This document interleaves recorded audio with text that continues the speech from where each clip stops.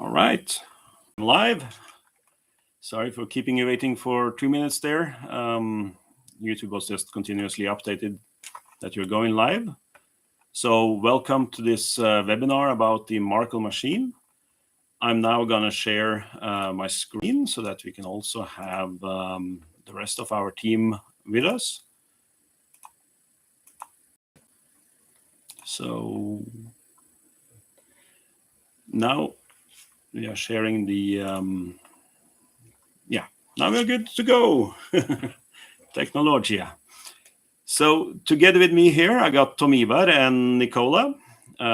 Today we're gonna explain a bit about our Markl machine that we want to build, our hopes for the machine, but also we're gonna be giving a short introduction to Stressman now in the beginning, and then Nicola will take us a bit back in time to talk about SSIs and SIFs and flexibility factors and how Markl did this back in the 50s. And then he's going to bring us forward in time to talk about what Tony Paulin and a lot of other researchers have done. So I just want to present ourselves first. My name is Sondre. I'm the founder of Stressman Engineering, founded the company in 2011. It's already 15 years ago. Together with me, I got Nicola Jasimovic. Nicola, you can say a couple of words about yourself. Yes, hi everybody, welcome to the webinar. As Sondre mentioned, my name is Nicola. I'm Chief Technology Officer of Stressman Engineering. My background is mainly piping, stress analysis, and pressure vessel analysis, which is a topic that I've been dealing with for the last 17 years of my career. I won't take up too much of your time in introductions. I'm going to be speaking a bit more later down the road. And then we got Tom Ivar with us. Yeah, I'm Tom Ivar Robinson. So I started my career as an agricultural mechanic. So I have a certified apprenticeship there, power shift transmissions and diesel engines. Then I went a bit more to school, went to the university here in Porsgrunn. Took the degree in mechanical engineering and then started to work for Sondre in 2018. So I've been working here since. So yeah, mostly FEAs of pressure vessels, beam type analysis and pipe stress analysis. That's the primary thing, and some structuring. So engineering manager here in Norway, so managing the resources and so on in the Norwegian office. Thank you, Tom Ivar and Nicola. If you have questions along the way, please then type them into the chat on the side. Also, we don't see who's typing in the questions unless you're logged in and your name shows up. So it'd be nice if you add your name after a question. You don't have to do it, but it'd be nice. And then in the end of the session here, we will do a Q&A and go through the questions and try to answer them the best we can. So, Tom Ivar, next slide, please. Yes. So, as mentioned, I said 2011. That was when we opened the doors. The company was founded in late December 2010.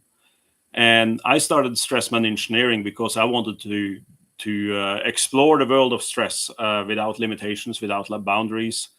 And with that, I mean, I was a pipe stress engineer back in the days, but I wanted to work with structures, pressure vessels. I wanted not only to work in CSR2, I wanted to work with ANSYS, for example, and do finite element analysis, STED Pro and PV Elite, and all of these other softwares that are related to the different disciplines. And but I was limited to pipe stress only.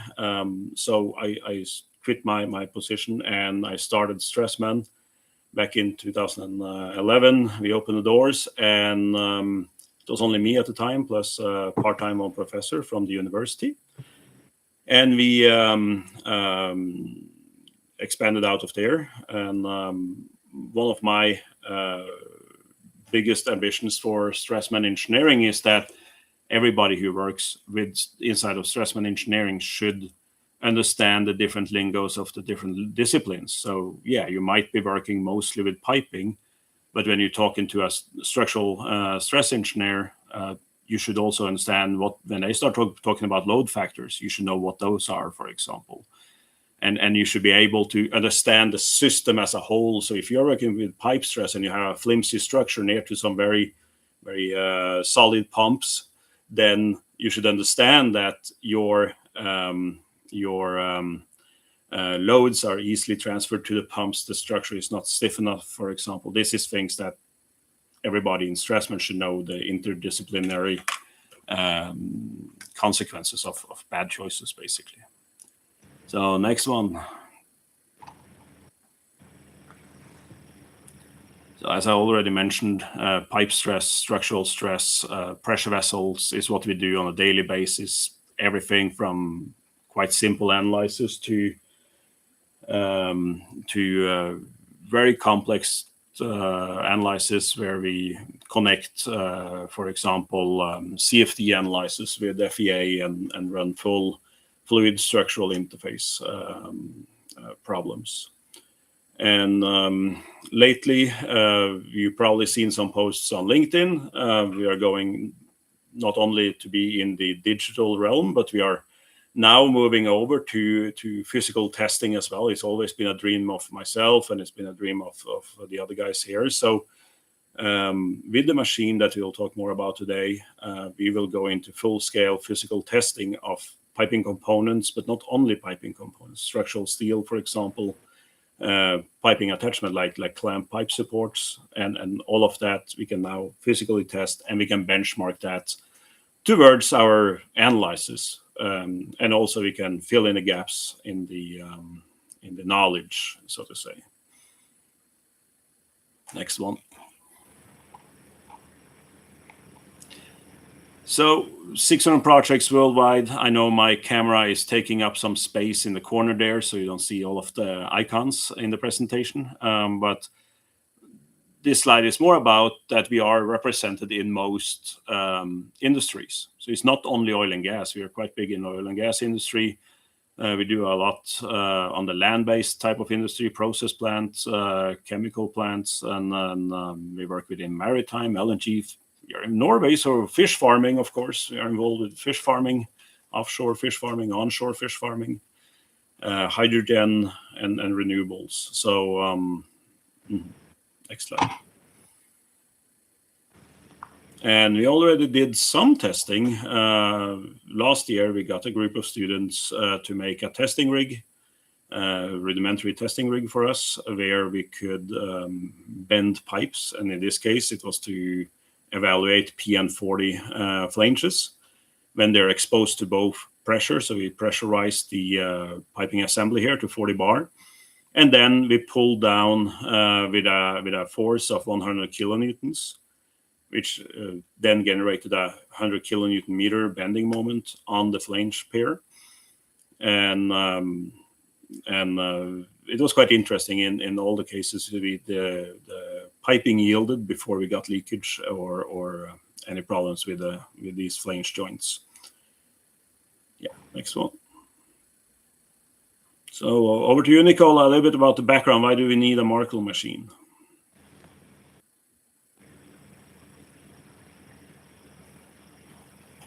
Okay, so I'm sharing my screen now. Hopefully that is working as intended. Yes. I don't really want to take up too much of the time here. I'm going to spend 15 to 20 minutes just going over the background, what the factors are, and what we have to date. But I'm guessing that most of the piping guys online here know most of this stuff. But then again, on the off chance that there is somebody who needs some kind of refreshment in these topics, I'm just going to go through them real quick. Okay, with that said, I want first to go over the background a little bit. So we all know that the guy who started it all for us, pipe stressors, was Markl. Markl did his campaign, started the campaign in the mid-40s, published a series of papers between 1947 and 1955. And this all culminated in 1955 with the publication of piping flexibility analysis paper and subsequent implementation into revision of the ASA B31.1 section 3, which for the first time included the concept of SIF and K factor in the beam analysis approach that we are using today. And then came a period between, let's say, 1955 for the next 60 years or so, up until 2014, which quite often, when talking or speaking with other people from the industry, they see as relatively dormant. So they say not much was happening. There was the SIFs and the K factors remained pretty much identical for 60, 70 years to come. Nobody was doing anything. Well, it is not really so. There was always continued testing and research being done. So there is a lot of papers, a lot of WRC bulletins published by Rodabov, Ice, Coves, Schneider, and Automotive Polling Research Group, which is still the leader in the field today. And it was in 1990 that the first time the Mechanical Design Committee of ASME 31 recognized the need to develop SIFs and K factors. And in 2001, they have initiated a research project into providing the systematic and updated data for engineers to use, right? So this is all actually in the introduction of the ASME 31J standard that is stated there. In 2014, we had the first publication with these updated factors, which is called the ASME STP PP073, which is developed by Tony Pollard, the Pollard Research Group, the leader in the field. And this was implemented in the first edition of ASME B31J in 2017. B31J came to phase out the old approach, the old Appendix D, as we like to call it, in B31.3, and to introduce new formulas, new equations for SIFs and K factors. And not only that, but it also gave us a set of rules how to test these factors and what to do with them. In 2023, we had the first revised edition of ASME B31J with improvements and changes to the code itself, and continued effort is ongoing still today. I have, well, I would say, the privilege to work within the B31J working group under Markl, who I believe is attending the webinar, and leading the group together with Tony Pollard, doing amazing work there. So there is continued research going into this, mainly based on the numerical analysis, and the continued efforts are hopefully going to be substantiated by experimental results. So that's the idea here. We're doing this to further improve the industry, to bring new data to the table, and hopefully confirm or improve the data or the equation that we have today. Now, I mentioned that Markl, he published 4 of major papers. So he started with publishing in 1947 the first paper, which is called Fatigue Test of Loading Elbows in Comparable Double Miter Bands. The first paper in which he was establishing going over curved segments, elbows, and so on. And in 1950, together with H.A. George, he published Fatigue Test of Flange Assemblies. And this is a particularly important one because it would become later flange assemblies or the girth buttons would become the baseline for the code that we are using today. I'm going to get into that in a minute. In 1951, he published a paper called Fatigue Testing of Piping Components. And this paper actually contained everything that he did, going through unloaded pipes, reducers, branch connections, everything that he was testing for years was published in here. And then in 1955, he published a paper called Piping Flexibility Analysis, which gave us the set of rules that we're using today, and which contains all the data that was published in the years to come, synthesized in one single paper. And that would become section 3 of ASAB 31.1 and would be introduced and be used in most of the codes for the 60, 70 years to come, or up to date even in some of the codes. For example, European codes, they still rely on Markl data for a lot of the SIFs and K factors, right? A bit about the machine that he was using. Of course, this is all coming from the papers. There was no way for me or anybody from Strassman to verify that this data is correct, but we can only go over what we have seen and what is published in the papers that I mentioned before. And as you can see here, this is a specific strain repeated bending machine, which means that there is a can-can assembly. You can see it on the right-hand side of the picture, going up and down and imposing certain displacement, which would become the force in the moment and ultimately causing failure in the piping component after a certain number of cycles, right? What Markl did, he had several specimens connected together so he could expedite the analysis and he could test several components at the same time, which introduced its own issues. I will mention these real brief, and we can discuss them maybe when we're discussing the machine that we are trying to develop, the improved one. The test range of the machine was up to 1.5 inch in this basement, or 38 millimeters. So just one second there, Nicola.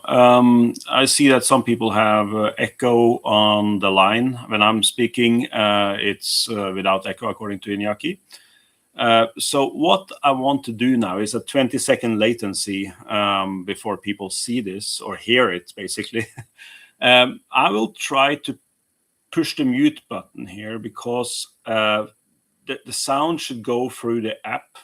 So when you're speaking, Nicola, I'm hoping they will hear you.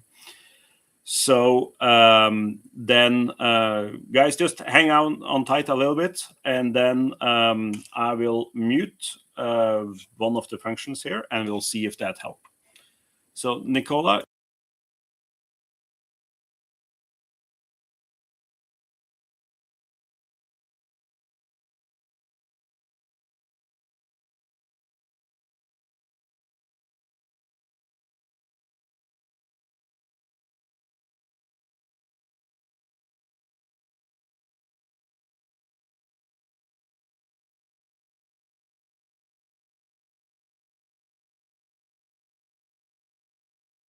Now they cannot hear you at all.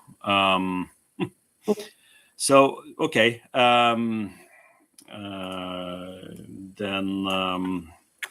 when I muted you a few seconds ago, then they didn't hear it all. So now there's an echo. Yeah, so they think it comes from inside your room, Nicola.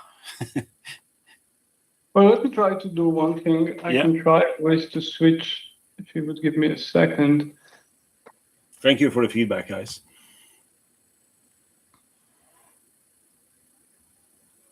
Luckily, we are stress engineer and not webinar hosts.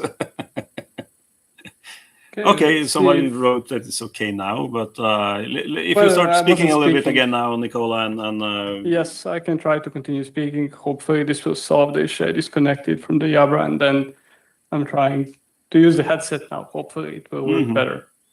Good. So way better. We're getting thumbs up here. So please go on, Nicola. Okay, great. I'm not sure where I was, but let's just repeat the last part anyway. As I was saying, the test range of the machine was up to 1.5 inch or 38 millimeters in amplitude. And the speed of the test, at which the tests were done, was ranging between 75 and 1,000 cycles per minute. So you can imagine that doing a lot of cycles took quite a while, which would again explain why Markl would have to do several tests in parallel in order to expedite things. Now, it was a cantilever test setup, which means that the loaded part was one end of the pipe where the specimen was loaded, the other was anchored, right? The loaded part had that sided hinge that we've seen, and was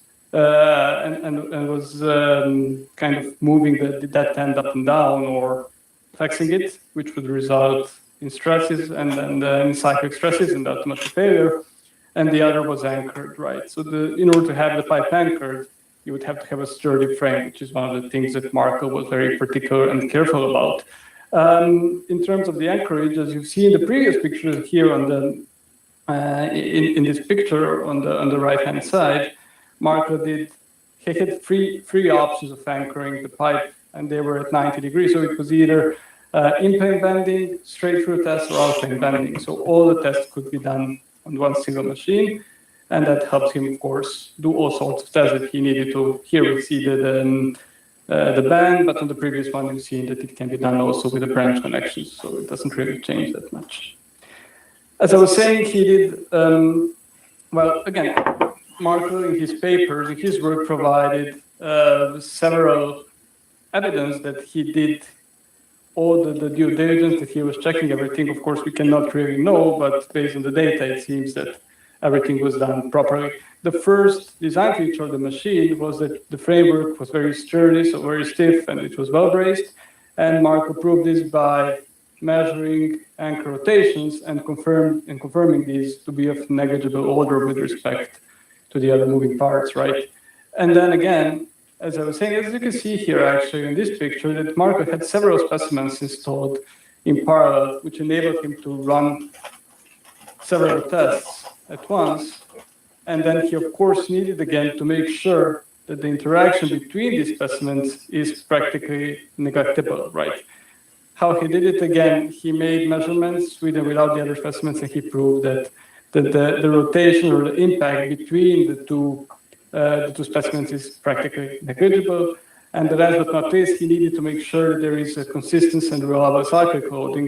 He did it by measuring strains and by obtaining a sinusoidal waveform of the strains over time. Now, all of this is again in the papers, and these are some of the things that we were also very particular about when we started developing our machine. So we needed to make sure that it is sturdy enough, that it's fixed. If we are going to test several specimens in parallel, we need to make sure they don't impact each other, and we need to make sure that the loading is working as it is intended to be. Otherwise, it's pointless to run the tests if you don't have the correct input, right? Now, let's talk real quick about the stress intensification factor and how Markl came to define it. Now, it was defined here as a ratio of the bending moment which produces failure in a certain number of cycles in a straight pipe. Well, I say straight pipe, what I actually mean is clamped or butt weld. Straight girth butt weld in the pipe. And if this moment is compared to that which is going to produce the failure in the same number of cycles in a part that we are testing, that ratio would give us the stress intensification factor, right? So this is the way it was defined. And then Markl and Rosheim, they did a series of tests, and they found out that the best fit for grade B carbon steel at room temperature was to use the equation that you see here with an exponent B of 0.2 and a constant of 245,000 psi. Now, you can see here that about time here. Let me try to switch to laser. Hopefully you can see this. Now, this is our reference point. You can see that Markl defined this reference point as a clamp pipe with an I factor of 1. And you can see that this is your butt joint also had an I of 1. So these two are the same for all intents and purposes. And if we take a look at the Polish bar curves, which exists, you can see that obviously the slope is different. Now, of course, back in the days, the test data was scarce. Markl did his best to get the data that we see here before us. Years later, after research and publications, PvP publications by Chris Kinnan and Tony Pollin, now we know that this factor 0.2 is off, that it should be 0.3 or 1.33. Somewhere between there, and that is what most of the other ascent curves would give us, including some of the Europeans and the ones in the DMV. We know that this exponent is different. This wasn't so obvious back in the day, right? And one more interesting thing is that Markl did try to test also the straight pipe by using a soft taper, because you can imagine just failing the straight pipe was nearly impossible. It was a very difficult task. So if you were to load a straight pipe specimen into the machine that we've just seen, it would fail at the end of it where we have the weld to the flange, right? So it's very difficult to fail somewhere else. In order to do that, he made a taper which had negligible influence. He measured it, and what's interesting to note, this is this part right here, that it does show again that kind of kneeing and leveling off after a certain number of cycles that we see in the Polish bar curves. And this is not so for the girth butt weld and the other tests that we have. And a lot of times, people will ask us, we're pipe stressors, we're used to it, that what is so special about piping? Why do we need all this? Well, first and foremost, the piping components other than a straight pipe, they don't really tend to behave completely to adhere to the beam theory, right? Especially bends and discontinuities that we would have. Why is that? Because they would tend, during the bending, they would show increased flexibility. This increased flexibility would be accompanied by intensification of stresses. If we are to disregard these effects, we would underestimate the stresses, and we would our system would be overly stiff in the analysis when compared to the real life, which would again lead to inaccurate load distributions, which we see in the system. Then again, piping systems, the second thing is that they are not intended to complete to behave completely elastically over their design life, which means that we are expecting some level of shakedown. Yielding is something that we see. We need to prevent ratcheting in our piping system. We need to prevent fatigue failure. Other than that, so we know that we are often required to exceed yield temperature, yield stress, sorry, of the pipe within the system, right? And third, that we always have cyclic loading in the pipe, right? So the pipe by itself will always see some kind of cyclic loading, be it from internal temperature, be it from the fluid flow inside, from external. There will always be some cyclic loading in the piping, and this is also something that's a bit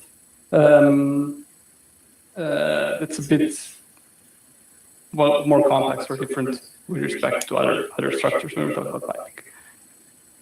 I mentioned before, and this is where a lot of confusion came, at least in my early days, is that we have this GERD butt weld, and this was the backbone, this was the basis for the SIF definition, right?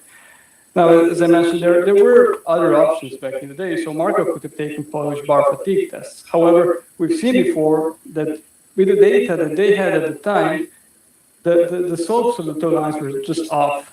So one had 0.2, one had 0.3. They did not match, which rendered Polish bar curves useless for piping components. Again, based on what we had back in, or what Markl had back in the days, right? And that was disregarded as a viable option. Another option was to use like a plain or unwelded or unclamped a straight piece of pipe.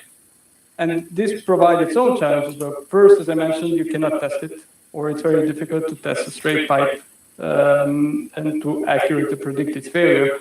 And second of all, which is even more important, is a piping system will not fail in between on a straight segment if there is no stress rise or discontinuity or anything either. It tends to fail where we have some sort of discontinuity or something that will make it fail at that point, right? This was another option why plain pipe was just disregarded as a viable option. You can imagine back in the day people were doing pipes for standardized, they didn't want to define every GERD butt. Yeah. Just 1 second there, Nicola. I see that my video feed is covering some of your points here. So I will just share my entire screen and move the presentation to the side a bit. So makes more sense. Sorry about that. So 1 second here, stop sharing, and then I will go back to sharing the entire screen with audio, and it should be. Ooh. So Iñaki, the screen looks okay. Iñaki is our creative director. He's on the feed. So just okay. Thank you, Iñaki. So now my because I don't see the feed myself, but my image is probably on the side here. So you should be able to see the presentation better. Sorry about that. Go on. But let's continue on to the next slide and see what is the relationship with the stresses. Again, this is the kind of the error, if you will, that we're introducing by taking GERD butt weld as our baseline.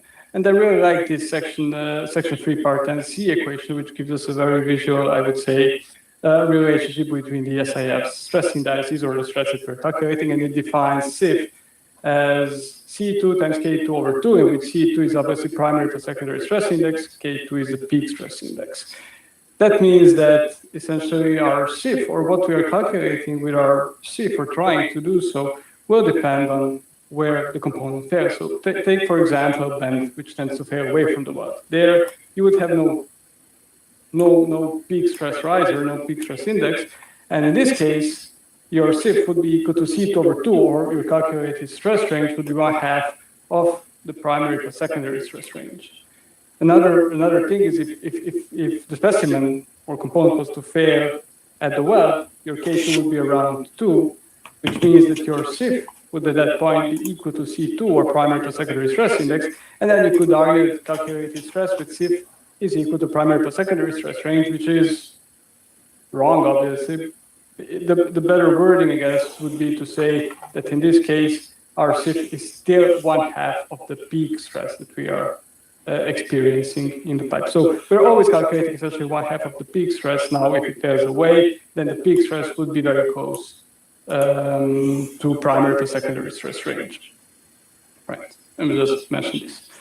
Another thing that we are trying to do with the testing with the machine is we are going to try to measure the flexibility factor.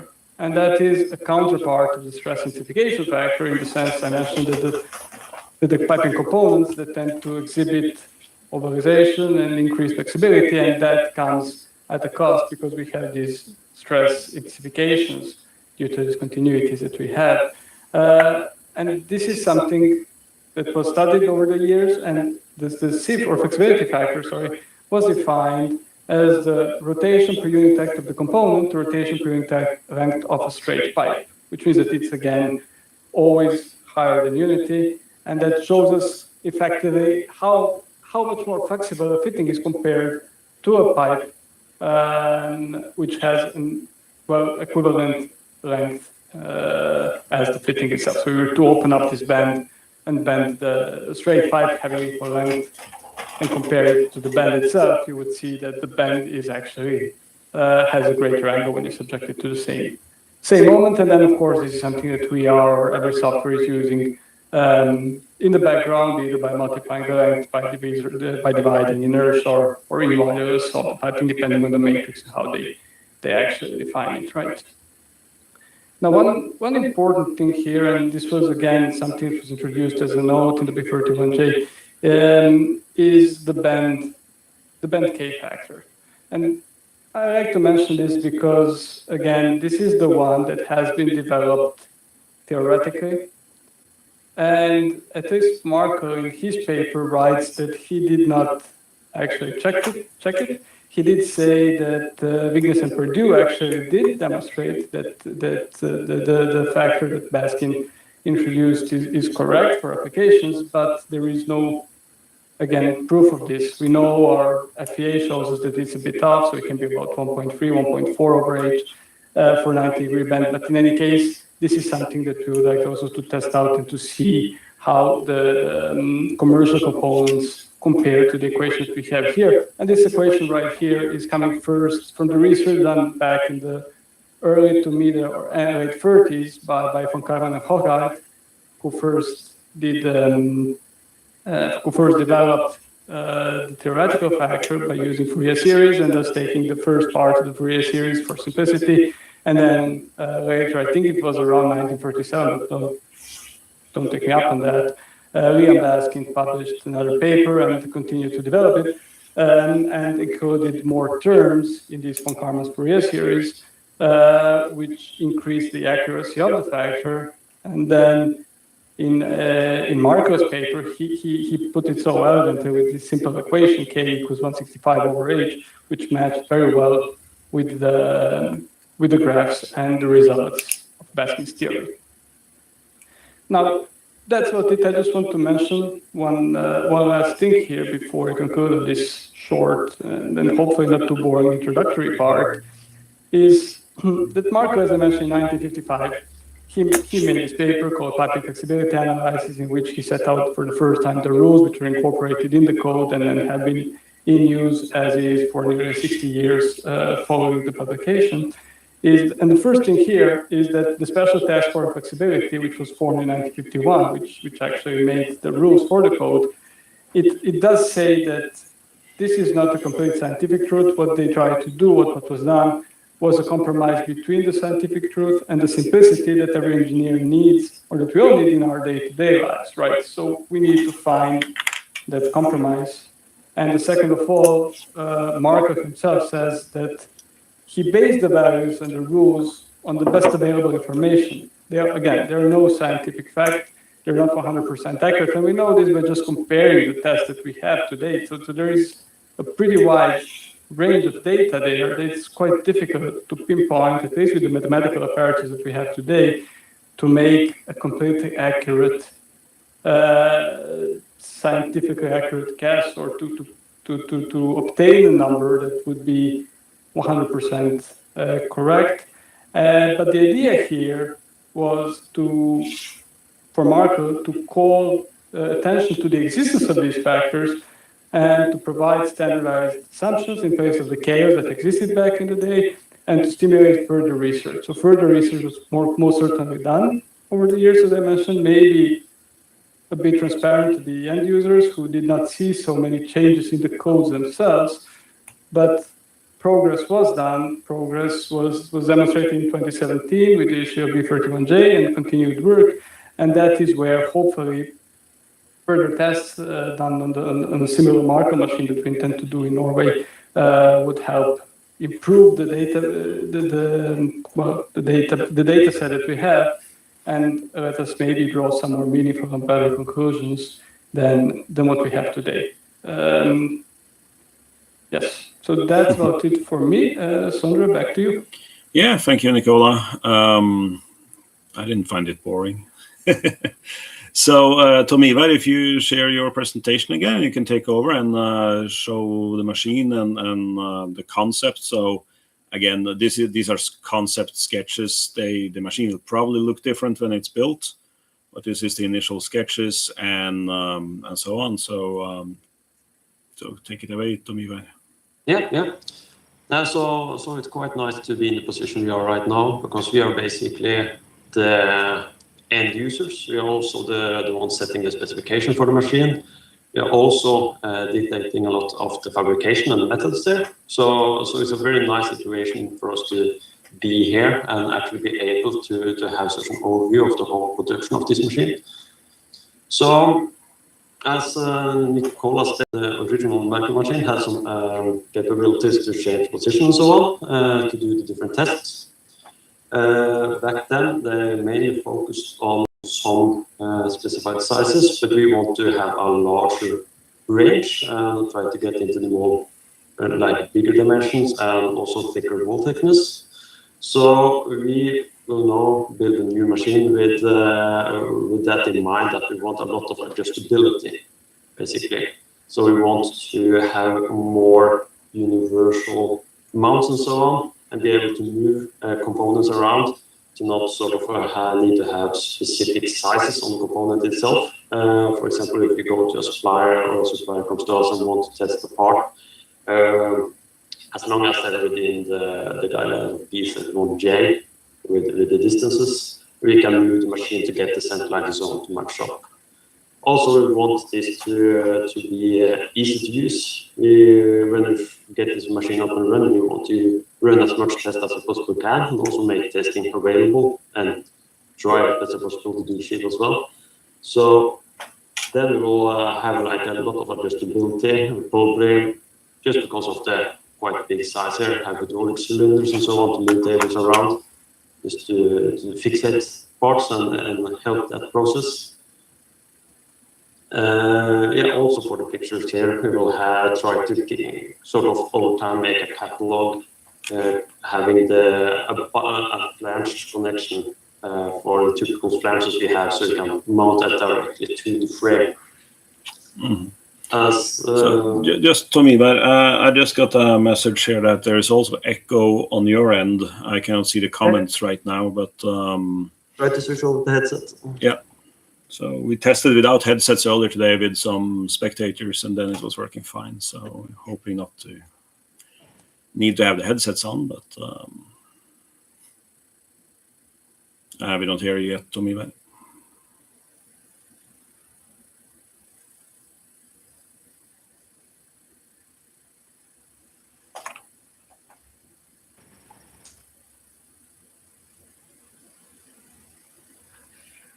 Sorry, no. Yeah, I heard something now. Can you hear? Yeah. Yeah, hear loud and clear now. Yeah. So we want it to be as universal as possible, easy to use. As Nicola also mentioned, for the original Markl machine, the frame stiffness is quite important. We have some tricks up our sleeve to sort of cancel that out of the results. I'll come back to that later. But just for the energy consumption, if we are putting a lot of energy into it, we are using the energy just to deflect the frame instead of the specimen. And it's basically just burning energy, so there are actually some energy energy aspect to it as well, to keep the structure itself quite stiff, just for that consumption. also for the machine itself, we needed to be quite resilient with regard to fatigue. Of course, it's a fatigue testing machine, so it would be quite ironic if it failed to fatigue. But it is a plated construction. That's very nice with just because in-house we have a marine architect as well, so he has a lot of experience with fatigue in plated structure and so on. So we have the competence to sort of maximize the design and simpler manufacturing methods and so on to do this. So this will be a big aspect of the design to keep the hotspots under control. Also, we want this machine to be sort of a self-contained system. We want to integrate as much of the equipment we need to be around it or bolted on it. For example, the cabinets and so on for the controller systems. If we can, also the hydraulic power unit to keep it contained in the same package. We're going to run cables and so on, for example, strain gauges, sensors. So if you could keep it in a defined spot, then you could standardize the wiring and so on, and keep everything simpler to switch between tests. Also, as stated, we want like an easy work environment. We want it to be clean and safe.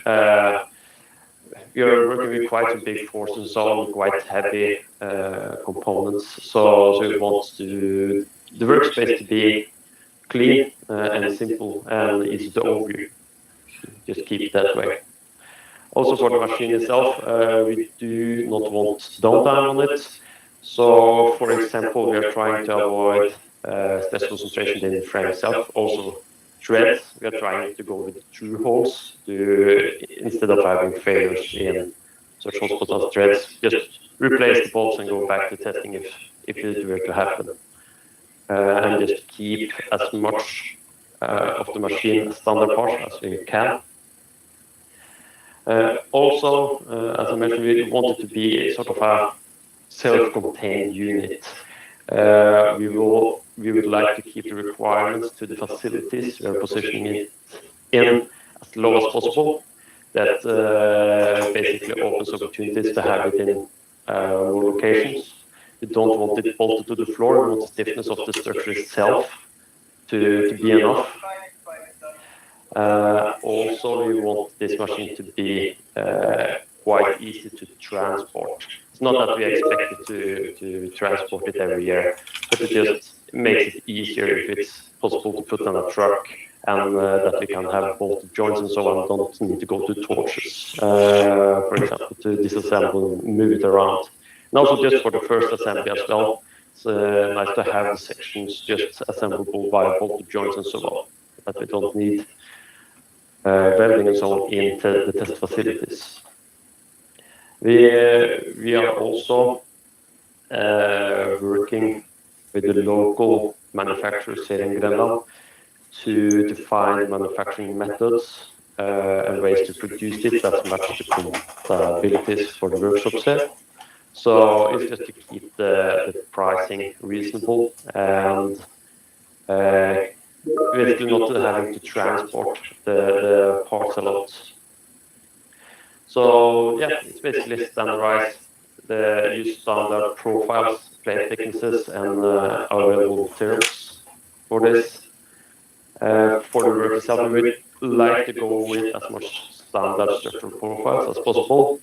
And if you're going to sort of like these more special things, go with cut plates instead of going to machined parts. Some parts must be machined off due to the precision. For example, the pad eyes where we are attaching cylinders and so on. We need a very tight fit and with good precision. We'll try to go with simpler methods and instead build the machine in such a way that you can adjust it this small deviation back in with shimming and adjustment and so on to keep the manufacturing reasonable. Just putting such a machine in a machining center could be quite a cost, so trying to keep it simple. So yeah, here we are now. Theoretically, for example, such a machine with the brush fatigue and so on, you would like to have everything casted into this perfect, nice shape without any discontinuities in the geometry and so on. But we have to be realistic and keep to the manufacturing and the profiles we have available. We also want it to be transportable. But we also want the envelope of the specimens to be as big as possible, so we can test a big variety of parts. Also, maybe in the future, we are looking into testing, for example, pipe supports. That's something Sondre has mentioned. Setup and operation need to be simple, need to be tidy, and there should be quite a low turnover time between the different tests and so on. And also, we want the site requirements to be quite low. Basically, the largest requirement we will probably need is the power. That's the highest demand this system will have. So as Nicola did show, here we have the Markl machine. The original Markl machine, because of the Scotch yoke, I think it's the Scotch yoke is the correct expression for this sort of displacement machine. They had to change the pipe between these two to change between in-plane and out-plane. Our machine is a bit different in that regard. We have the opportunity to move the hydraulic cylinder and the referencing around. So here we have some example setups. There you see quite a typical bend in autoplane bending. If we were to switch for an in-plane bending, we can move this hydraulic cylinder up and change the referencing, measurement at the underside. And here we just have some illustration of how we are planning to tackle the challenge of fixturing lateral teeth and so on. So in some instances it will be an anchored end and have a brace at the other end and so on, but this is dictated by B31J. It has a very nice overview there for the different setups and so on, and sort of is a recipe to how to do this. So the old, the Markl machine, the initial Markl machine had this mechanical, purely mechanical way of applying the displacement at the end of the pipe. There you have to go in manually to adjust, and also it didn't do any correction for the internal frame stiffness. As Nicola stated, it was measured, it was controlled to be small and not affect results. But now when we have the technology we have, we want to go by a hydraulic system. So we will have several sort of sections in the software. As Nicola mentioned, we have the flexibility of the components. We have the SIF, the fatigue, and also now we have the SSI, the component. So with the equipment and know-how, we can have a software that runs the flexibility check and also have a module for the fatigue and so on. So the way we will do it on our machine is that we will go for hydraulic actuation with a closed loop monitoring the position. So when we are, for example, running a test and specifying 40 millimeter displacement plus minus, we are not measuring that at the cylinder. And the positive thing by measuring it this way with a sort of reference originating from the base of the component is that the flexibility of the system itself is taken out of the numbers. So we only see what the component itself did actually move. So that's very good for the fatigue data, so to capture that. So we will also have some extra sensors. We will have a check on the pressure of the system. We will have hydraulic cylinders with the rod going through in both directions to have the same hydraulic area, so we can load it there. We will also have a load cell to measure the force of the hydraulic cylinders, and we will try to also have some strain gauges around on the components to look for changes there over time. And by having these inputs as well, we can look for strain softening, for example. We could, if we see that occurring, we could look at load cell data and amplitude will go slightly down. And also for the criteria itself, back in time I looked physical for leaks We can have a small overpressure, very small overpressure, and look for a pressure drop as well. We have been in close dialogue with some automation companies here in town, so they also think we can incorporate webcam monitoring and live monitoring, so we can have video of it as well, so to look for the leak. Yeah, and here we have some, just the analysis we are doing now. We are looking for the stiffness and so on, the flex of the structure itself. We are looking for the hotspots with regards to fatigue. The local deflections where we are clamping up the cylinder. So we run a lot of tests with the cylinders in different positions to capture all the different possible combinations we are going to set up. And also we are looking at the global displacement. And as I mentioned, we are taking the displacement out of the results. This will not directly affect the results we are getting. But there's also a power consumption thing here as well, because if you displace the cylinder further, you'll put more energy into it. And we are expecting quite a big energy consumption here when we're running the larger pipes and so on. So, yeah. Do you have something to add, Sondre? No, I think you went through most of the topics with respect to the machine. And again, this, as we said, this is our very early concept, and something are bound to change. Of course, we'll also do even more detailed analysis going into the future and so on. But it's getting the ballpark numbers out now that is important, because that goes directly towards what kind of sizes can we test and at what loading can we test them at. So coming back to that question a little bit later. Yeah. Yeah, I can go to your part. Yeah, so again, I'm just ending this now, and I got some questions. That's why I'm looking away every now and then from my camera, just to see the questions and so on. So if you switch to the next one, Tomiva. So this machine is mostly funded by Stressman Engineering, but we also have gotten a funding grant from something called Telemark Utviklingsfond. In English, that means Telemark Development Funds. And they kindly granted us 35% of the cost of building the machine, also running benchmark testing of the machine. And one of the things they want in return, which I totally get, is that we need to explain how beautiful Telemark is. So this is a little bit of advertisement from our area of Norway.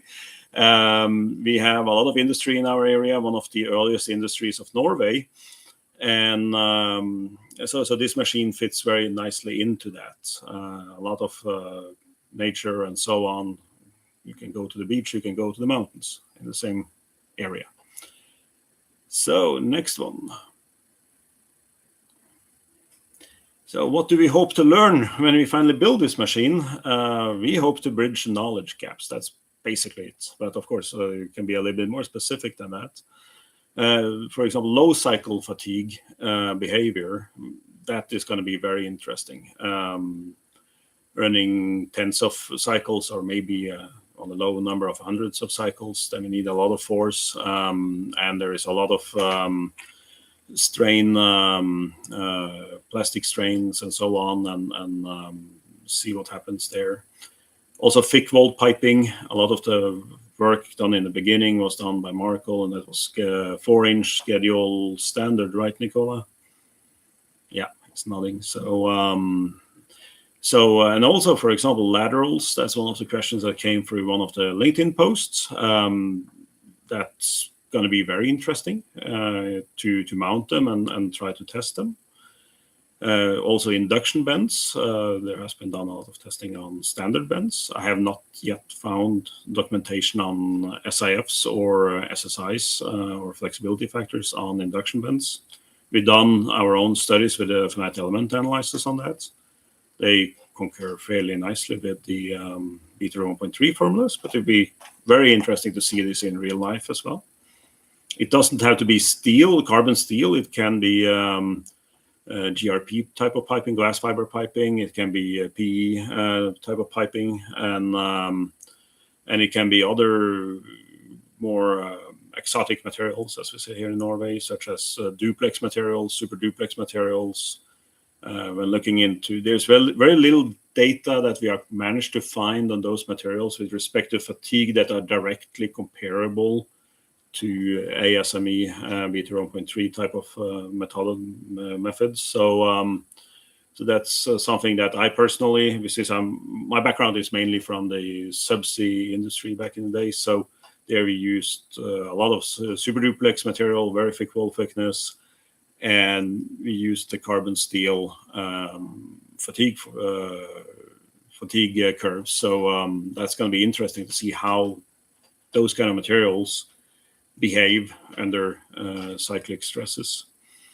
And also in Europe, we got something called the EN 10253 type A fittings, which is fittings that have the same wall thickness as the straight pipe.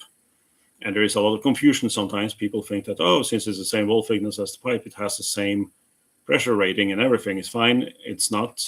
Type B is what we call those that are very similar to the B16.9, ASME B16.9 fittings.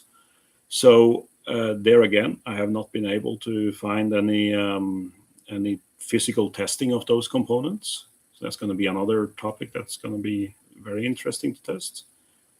And also we can test bolted flanges, for example, other type of connectors and hubs and so on. Can be tested in this machine. As Tom Ivar explained, this is a very modular machine. And we can also validate FEA models if we put in the specimen, and we can then run the analysis. We can see that they're matching up, or if they're not matching up, we can try to understand why. We can understand the impact of weld quality and fabrication tolerances. Again, the next one here, potential for life extension. That goes back to testing different types of material. And if you find out that, for example, duplex material have a better life expectancy than carbon steel, well, that's a huge benefit for industry, I would say. And we can also test structural steel, bolted joints, welded joints, for example, of structures.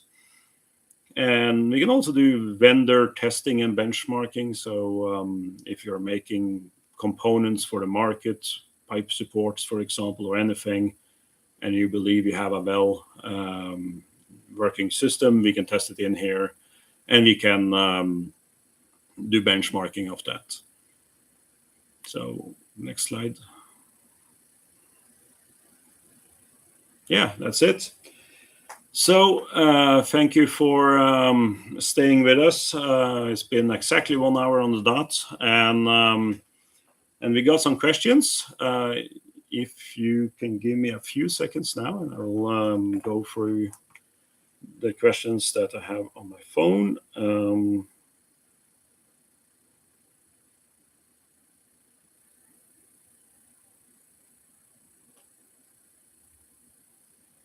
Yeah, so the first question we got was with respect to does this test serves as a proof test, same as in ASME 8 Division 1 UG 101? I'm not the best at ASME Division 1 UG 101. That is the burst testing, isn't it, Nicola? Proof testing it, yeah. Yeah, so no, it's not burst testing. That's some wild dreams we have for the future, to be able to run this at full design pressure plus, well, the design pressure is one thing, but run it with elevated pressures and bend on it at the same time. So so this rig is not for burst testing, no. And Tom Ivar and Nicola, please just jump in and add to the answers. And yeah, of course. I mean, down the road, if there is a necessity and the change in the mindset, it could be used to kind of verify certain components that are specific or special or proprietary, and that could help vendors use it as data to their benefit to prove. But for now, the proof of concept to prove that they are better than competition, different, and so on and so forth. For now, the idea is to try to test the data that is missing, to fill in the gaps as much as possible, and to try to improve the set that we have today. Hopefully, contribute to the development of the codes and standards and help everyday engineers. So the next questions, it's compared to a straight pipe with butt welds. So how are residual stresses considered in the heat affected zone? Yes. That's an interesting one. And you've been noticing maybe that I'm just going through pages here, because this is the original Markl's paper, by the way, that you cannot see because of the background. But anyway, it is a very good question, because Markl did not really distinguish all that much heat affected zones, residual stresses, and so on and so forth. He did mention it in two of the papers. That's what I was trying to find, because I remembered. And so the first one was the one related to the fatigue test of welding up. Was the first paper issued in 1947, in which, in the abstract, he determined that the stress relieving and grinding the welds produces no significant change in the endurance strength. Now, you could also say that for bends, this is to be expected, because they don't actually tear at the weld, right? But when he is talking about the fatigue test of piping components, which is the other paper, the one from 1951, I think, yeah. In that one, Markl is going over the tests of plain and welded straight pipes. And I'm just going to read the statement real quick. It is at page 109 here, but again, you will find it if you go through that paper, in which he says that that they actually did the welding groove in all cases was standard V groove, different electrode sizes for the first pass, different finished external weld contours, and different post-weld heat treatments were tested, and a variety of backing rings. The conclusion was, while the procedural differences appeared to affect endurance strength, the effect was not pronounced. In fact, more variation was observed between the strength of welds produced by different qualified welders using supposedly identical procedures. That's the part of the complexity here. That's the part of complexity when testing fatigue in general. When we're testing these welds, is that it will really depend. It's more dependent on the welder than, as you can see, that was Markl's, because of course we need to draw our own conclusions. But based on the test that he did, there was bigger difference in in two different qualified welders using the same procedure than the difference arising for post-weld heat treatment, weld preparation, backing rings, and so on and so forth. A very good question. So then the next question, what is the NPS, nominal pipe size, that we are aiming for? What's the limitation, basically, upper limitations, I would say? Yeah, so in B31J, you have these distances from sort of the nodal center that we would use in, for example, CISO2. So we'll sort of be have to match that for the machine. That, as Nicola mentioned, or was it 200, that we basically want to fill in the gaps. So from my point of view, starting off with 4-inch and thick walled piping, just to follow that, would sort of be the start point from my point of view.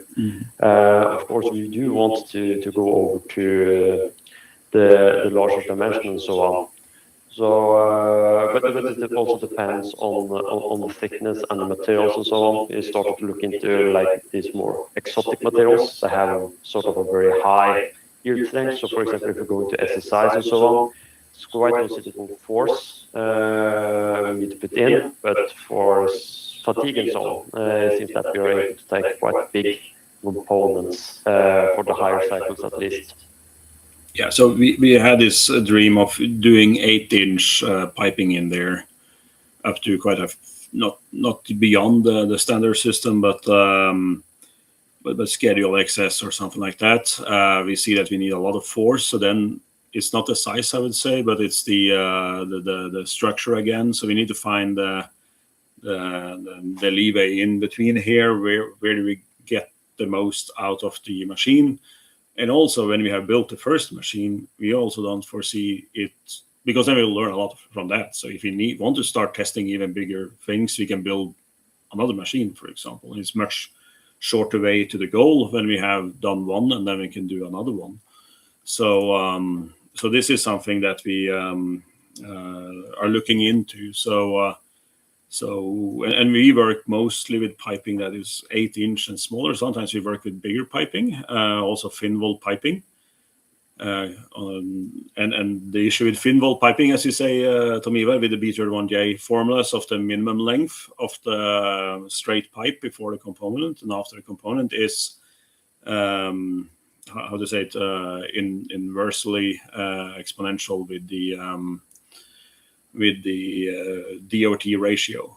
So the thinner the pipe, the more you need, and that's quite obvious because then you got ovalization of the pipe going on and so on. So and also as you said to me, that if you're going to do, let's say 40,000 cycles, 100,000 cycles, then we probably don't need that big force, for example. So this is something we are working through the NPS chart right now to see what's the maximum, where do we have the limits, and that's something we're going to publish. It's going to be a couple of months from now, I think. Mm-hmm.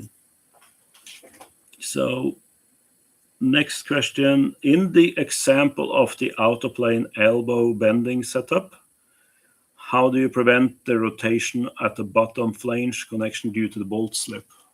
So you bolt it down, right, with a flange connection there, and then you push, so you actually get torsion on the flange. Yeah. So we will have like this first blind flange that we will weld to a bigger plate, and then we will have this next plate, this adapter plate. Will have quite a big footprint. So compared to the footprint, the moment from that torsion should be very manageable by the friction of the machine, and this will be closely monitored as well. Also, we are looking into the possibilities to add this, I don't know the exact name, but sort of these keys just to keep it in place. But the plan is to keep it on friction and to have, what can I say, the amount of bolts and bolt force here will be quite exaggerated compared to what we would need for such a flange connection. So we will overdo that just to ensure no slippage of the fixture, basically. So. And that, I would add, is also something that we're going to see when we start testing, because when Markl started his tests, they wanted, I believe, for the flange assemblies, they wanted to torque it to 1,000 and some inch-pounds. They ended up torquing it to 2,000 after doing initial tests. And what they would do 20 low amplitude cycles, check that everything is aligned, retighten the bolts, and then start the actual fatigue testing just to look out, to iron out all the issues or the minor things that they might have during the setup of the specimen, right? So these are all the things that we need to think about that are going to emerge sooner or later, depending on the size, depending on the torque, and so on and so forth. But yeah, we intend to, as Tom Ivar mentioned, monitor it, to start off easy, to do a couple of low amplitude passes to see if everything is aligning pretty well before we actually ramp it up and start testing the component. Yeah, and also just to add that in, we have the plan to have the reference for the measuring as close to the pipe as well. We see some early example, they actually added some small piece of plate above the flange to do not have any slip even through the flange faces themselves. And then we do not want slippage. It's something we will try to avoid at any cost. But if it's theoretically were to happen, that reference is going to the flange itself, so the test data will not be skewed. Of course, we do not want to have this situation, but we should have this cancelled out by where we are measuring from. Mm. Good. Can you also test using pressurized components, especially useful when testing GRP? As I said, for the future, that's something we would like to add. I would say that adds another aspect of risk in terms of that you have pressure, then you have more energy in the system. So all depending on the amount of pressure and so on. But that's definitely something that we want to do in the future. As is mentioned here for GRP, can I mention that's quite a lot of impact. And also bends with pressure, they are different if you close them or open them in plane bending. So yeah, it's not the first tests will not be, well, we will have overpressure, of course, inside the pipe, but that's to detect the leakage when we get through wall crack. But not like very high pressures now. Yeah, and also as you mentioned, we would like to keep the requirements to the facility low at the start, because such a test would set quite high requirements to the location where it's positioned as well. One thing is what the machine can survive, it's just the safety of it, as you mentioned. Yeah, but this is definitely on our agenda for the future testing. So yes, will this new knowledge be a part of EN 13480-3? We are not a part of that standard. Hopefully we can affect it with our data. So especially type A, as we mentioned, fittings. Not seen any data on those with respect to SIFs or SSIs. So we are trying to find our way into the committees there, work groups, as I think they call it here in Europe. And are you planning to share all of your results, all of your work? Will it be a part of the new of a new Beta 1J? There we also need to see how we're going about it. We have some ideas. We want it to be for the greater good, but also we need to make it sustainable so we can perform as many tests as we can. So we have some ideas there on how we can use it for the greater good and still be able to revenue something and generate more testing data on this. So we are a small company, so we don't have infinite funding of money to conduct tests, but we have some ideas, and we'll inform you more about that when we get further down the line. So I'm guessing that the people listening here follow us on LinkedIn and so on. Please follow me personally and Stressman. So whenever we publish something, you can see it there. Iñaki, our creative director, is now making also a website where we're going to be publishing the progress of the building of the machine. So people can stay tuned, and in there we'll publish these things as well. Then will there be a recording of this presentation? Yes, it will. It will be on YouTube afterwards. So all of this is being recorded. So let's see here. The next question. Maybe this one is for you, Nicola. Beta 1.1. It's been a while since I looked into it, but it's written here. Can this method be used to utilize specially designed components in accordance with Beta 1.1, paragraph 104.7.2?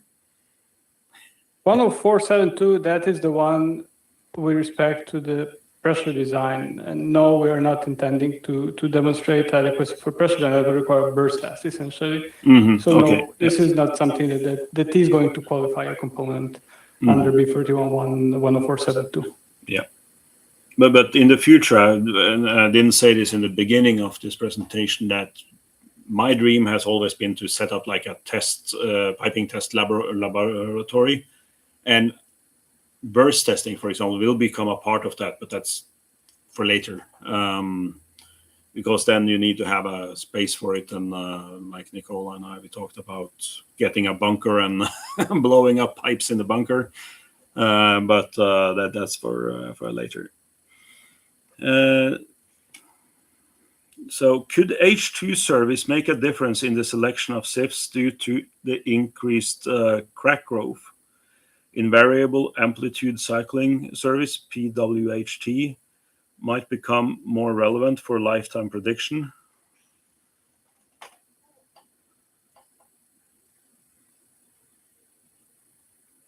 Is this closer to what we work with when we talk about hydrogen-induced stress cracking? Like for subsea installations, and we use duplex and super duplex materials. In those cases, you get a hydrogen diffusing through the material, and you get something in the end that looks a bit like a brittle fracture. Those kind of tests we cannot perform. That's outside of the scope here. Unless Nicola or Tomiva, you have some ideas here. Yeah, I agree too, because then you would need to have complete control of the crack developing and so on, and that's sort of the hard thing, and it's time dependent. So yeah, it's outside of the scope here. Mm-hmm. And then could you elaborate on the limits of FEA software in determining a SIF or SSI for a non-standard component? Know which of you want to challenge that one, Nicola? Well, your results will be as good as your model. It's as simple as that, right? So there will be, as we've come to see, there will be very mesh dependent, or how to evaluate the results. So it really depends on if you have a correct benchmark, if you know what you're doing, if you have a fine enough mesh or fine enough material model, whether you want to do the SSI, and then you go into elastic analysis, what is your failure, and so on and so forth. So a test actually helps you resolve a lot of these issues by itself, right? So this will be of course, we have been using, and we are still using today. Yeah, we're using it in Stressman. FEA to prove in the lab as more accurate data, but then again, if you would have test over a numerical analysis, I would tend to trust tests more. Yeah, and I feel one of the challenging things with the FEA is to have a good model of the weld, for example, if you have a welded component, and you can spend a lot of computational power to try to solve it, but at least my experience is that when you look at a weld, they're all going to be a bit unique to each other. So so having a series of tests performed on a special component, if that's possible, is always a great evidence, bigger evidence, as Nicola says, than an FEA model. Last question on my feed here is about D/T ratios. We mentioned DOT briefly. So DOT ratios, what happens if you have a very high DOT ratio is that you need to have very long testing specimens. So it all depends on the size system. So for an 8-inch DOT ratio, with a very high DOT ratio, suddenly you had to have a lot of pipe in there to capture the ovalization and so on. So we will look at, as I mentioned, the standard sizes that the nominal pipe sizes there is, and the standard wall thicknesses there are, and make a table over what's the minimum and the maximum lengths of those, because that's one of the factors here that limits the testing envelope, and also, of course, the forces. So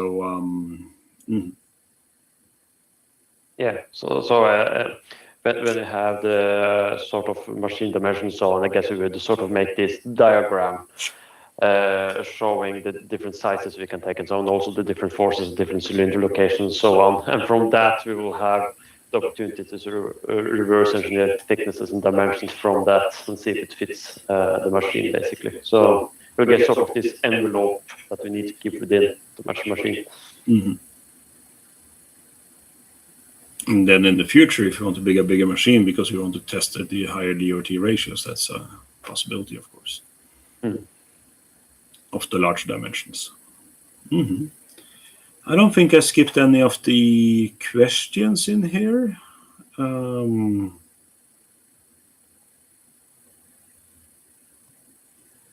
So thank you very much for your time. I hope it was interesting. And if you got questions, you can send it on direct messages to us on LinkedIn, or you can you can send us an email to slh@stressman.no. That's to me. I can type it down afterwards if you have questions or ideas, for example. Thank you very much. Bye-bye. Thank you. Goodbye. Bye.